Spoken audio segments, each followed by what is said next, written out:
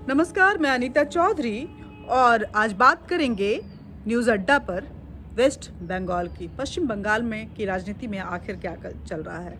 तो जो खबर जिस तरह से आ रही है कि राजनीति वहाँ पे गरमाए जा रही है।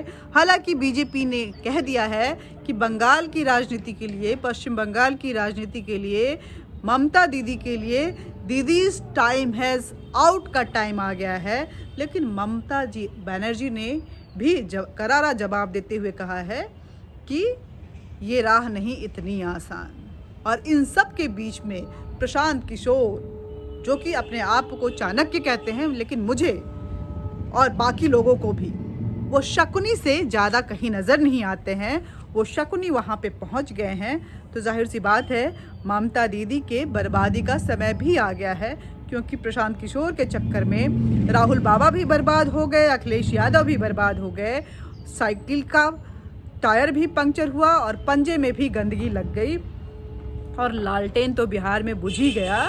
अब बारी टीएमसी की है कि आखिर उनकी टिमटिमाती हुई बाती जो है, आखिर कब प्रशांत किशोर जो हैं उसका दिया बुझाने वाले हैं, उसकी रोशनी को कम करने वाले हैं, समाप्त करने वाले हैं। ममता बनर्जी लगातार कोशिश कर रही हैं कि जो मुकाबला उनके सामने खड़ा हुआ है वो उसको किस तरह से वो शिकस्त देते हुए आगे बढ़े, लेकिन ये ऐसा नज़र नहीं आ रहा है।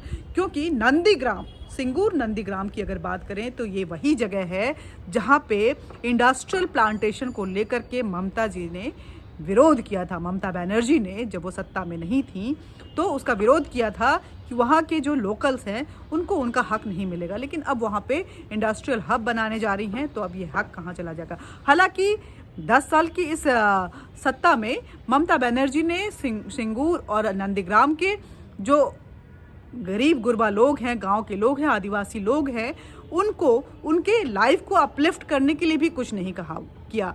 वहाँ पे कोई कोशिशें नहीं की गई। उनको क्या हक मिला ये वो बहुत अच्छी तरह से जानते हैं।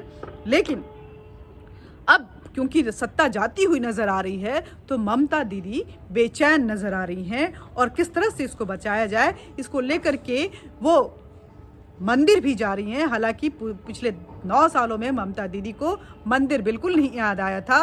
वो सिर्फ मस्जिदों में चादर चढ़ाने जाती थी और नमाज पढ़ते हुए दिखाई देती थी। लेकिन आजकल मंदिर जाने लगी हैं, पूजा करने लगी हैं और दुर्गा पूजा में तो इस बार बाकायदा करते हुए भी नजर आई।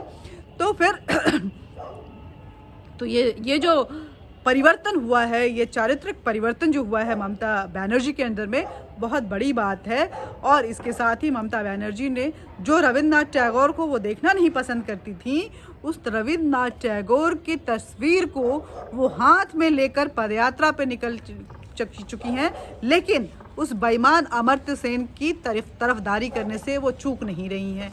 और दूसरी बात ये कि जो ऑफिसर करप्ट हैं और केंद्र सरकार उन पे नज़रें तीखी की हुई हैं, ममता बनर्जी उसको अपने अंदर पाली हुई हैं, उसको अपने अंदर समेटी हुई हैं, क्योंकि उनको पता है कि उनकी बेईमानी का राज जो है वो खुल सकता है अगर ये ऑफिसर सेंटर में चले जाएं। तो जब उनके सेंटर की ट्रांसफ़र की बात आती है तो ममता बनर्जी ये कहती हैं कि यहाँ पे ऑफिसर्स की और जो अधिकारी हैं उनकी कमी है, हम इनको नहीं भेज सकते। हालांकि जो ट्रांसफ़र होगा उसके बदले में कोई ना कोई तो जाएगा, लेकिन ममता बनर्जी उनको छोड़ने वाली नहीं है। ममता बनर्जी की अगर बात करें तो अगर पिछले 10 साल की राजनीति उनकी देखें तो जिस तरह की राजनीति उन्होंने वेस्ट बंगाल में किया, उसमें सिर्फ और सिर्फ लाल रंग नज़र आया, खून खराबा नज़र आया।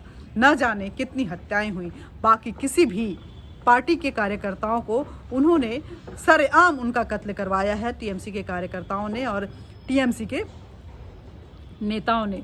हालांकि अब जब बारी अभी जब आई तो जो नज़र आ रहा है टीएमसी में, मैक्सिमम जो लीडर हैं टीएमसी के, चाहे वो मंत्री हों, चाहे पदाधिकारी हों, चाहे उनके कार्यकर्ता हों या नेता हों, वो धीरे धीरे उनका साथ छोड़ रहे हैं और वो बीजेपी में शामिल हो गए हैं।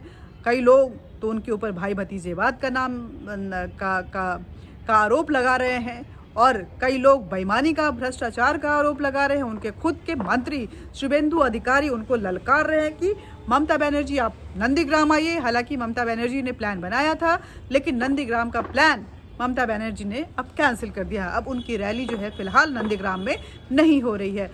शुभेंदु अधिकारी ने उनको ललकारते हुए कहा गया कि आप कहाँ छुप गई ममता बनर्जी, ममता दीदी प्लीज़ आइए, क्योंकि 7 जनवरी को ममता बनर्जी की रैली जो है वो वहाँ होनी थी, लेकिन उन्होंने कैंसिल कर दिया। तो शुभेंदु अधिकारी बोले हैं कि मैं करूँगा नंदीग्राम में, और वो नंदीग्राम में जा कर के अपनी रैली करेंगे, वो भी 8 जनवरी को, ठीक एक दिन बाद जब ममता बनर्जी ने अपनी रैली वहाँ पे प्लान की थी। तो बंगाल की राजनीति फिलहाल बहुत ज़्यादा गरमाई हुई है, और जो आरोप प्रत्यारोप है दोनों तरफ से लगातार चल रहा है, लेकिन इन सब के बीच में कहीं ना कहीं तृणमूल की ममता बनर्जी काफ़ी टेंशन में नज़र आ रही हैं। और सबसे, हालांकि वो अब अपने दिमाग का इस्तेमाल करते हुए प्रशांत किशोर के सलाह को तो मान रही हैं, लेकिन राजनीति बंगाल के लोगों को ध्यान में रख के कर रही हैं। लेकिन बहुत सारी ऐसी चीज़ें हैं जो शायद इस बार के इलेक्शन में बंगाल में भारी पड़ने वाला है। उनमें से 10 साल के एंटी इनकम्बेंसी के साथ साथ जो ममता बनर्जी का अपना रिजिड एटीट्यूड रहा है वो भी रहेगा। उनके जो भतीजे हैं अभिषेक, उनकी जो अप्रोच रही है पार्टी कार्यकर्ताओं के साथ, जिसकी वजह से लोग छोड़ के जा रहे हैं, वो भी रहेगा। और तीसरी बात कि जिस तरह से ममता बनर्जी ने लोगों के उत्थान के लिए एक नज़रअंदाज वाला रवैया अपनाया, वो भी शायद इस इलेक्शन पे ममता बनर्जी पे भारी पड़ने वाला है। आज के लिए बस इतना ही, मिलते रहेंगे, बातचीत करते रहेंगे, बंगाल की राजनीति पे भी बात करेंगे, और हमारे देश, दुनिया और भारत में क्या कुछ नया हो रहा है इस पर भी हमारी बातचीत होती रहेगी। लेकिन आज के लिए बस इतना ही। नमस्कार।